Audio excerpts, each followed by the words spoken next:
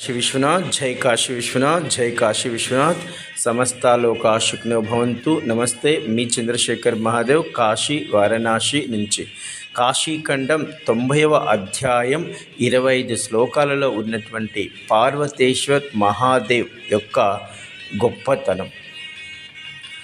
అగస్త్యముని సుబ్రహ్మణ్య స్వామితో సమస్త పాపాలు పోగొట్టే అమ్మవారి యొక్క లింగమును చెప్పమని సుబ్రహ్మణ్య స్వామిని అడగగా సుబ్రహ్మణ్య స్వామి పార్వతేశ్వర్ మహాదేవ్ గురించి చెప్పటం మొదలుపెట్టాడు.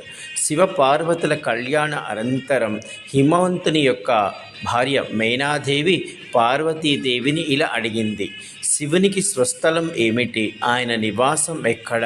ఆయన బంధువులు ఎక్కడ?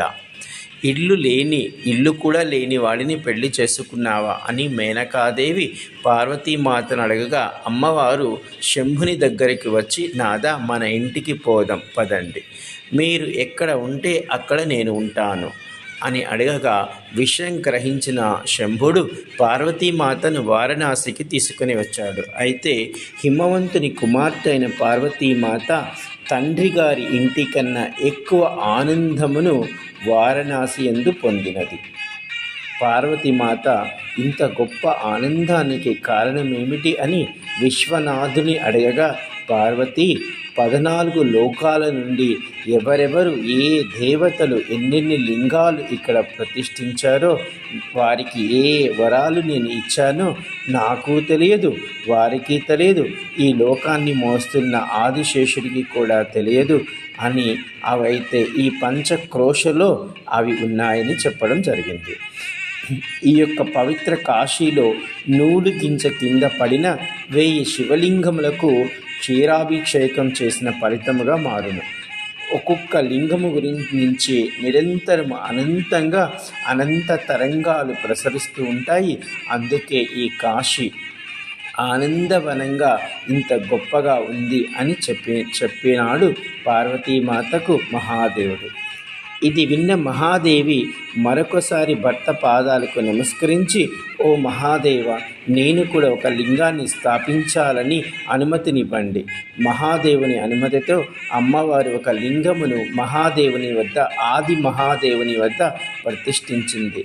పార్వతేశ్వర్ మహాదేవ్ దర్శనం వలన కలుగు లాభాలు. ఏ పవిత్రమైన స్త్రీలు ఈ లింగమును దర్శిస్తారో నిరంతరము గొప్ప సుమంగళిగా ఉంటారు అని చెప్పడం జరిగింది. ఈ లింగ దర్శనం వలన మహాపాపాలు సైతం ఒక్క క్షణకాలంలో పోవును.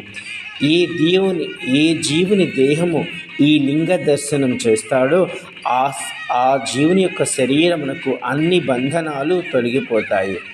పార్వతేశ్వర లింగాన్ని పూజించిన వ్యక్తులు మరణించిన తర్వాత కాశీలో శివలింగ రూపంగా మారిపోతారు. చంద్రుని ద్వితీయ పక్షములో పార్వతేశ్వరుని పూజించిన ఎడల వారికి కలుగు అదృష్టము అదృష్ట దేవత సైతం చెప్పలేదు. ఏ స్త్రీ పురుషులు పార్వతేశ్వర లింగమును దర్శించుకుంటారో వారు ఎప్పటికీ గర్భప్రవేశము చేయరు. పార్వతేశ్వర లింగాన్ని ఉచ్చరించినంత మాత్రాన 1000 జన్మల సంచిత పాపం క్షణకాలంలో నశిస్తుంది. ఇలా ఎన్నో గొప్ప వరాలు కాశీ విశ్వనాథుడు పార్వతీమాత ప్రతిష్ఠించిన శివలింగమునకు ఇవ్వడం జరిగింది. చైత్ర శుద్ధ తదియ నాడు పార్వతేశ్వర లింగాన్ని ఆరాధించిన వారు వైకుంఠ ప్రాప్తిని పొందుతారు. పార్వతేశ్వర లింగ నామస్మరణం వలన సహస్ర జన్మల పాపము కూడా క్షయమగునని ఇలా ఎన్నో గొప్ప వరాలు ఆ అమ్మ జగన్మాత అయినటువంటి పార్వతీమాత ప్రతిష్ఠించిన లింగమునకు ఇవ్వడం జరిగింది. జై కాశీ విశ్వనాథ్ జై కాశీ విశ్వనాథ్ జై కాశీ విశ్వనాథ్. సర్వే జనా సుఖినో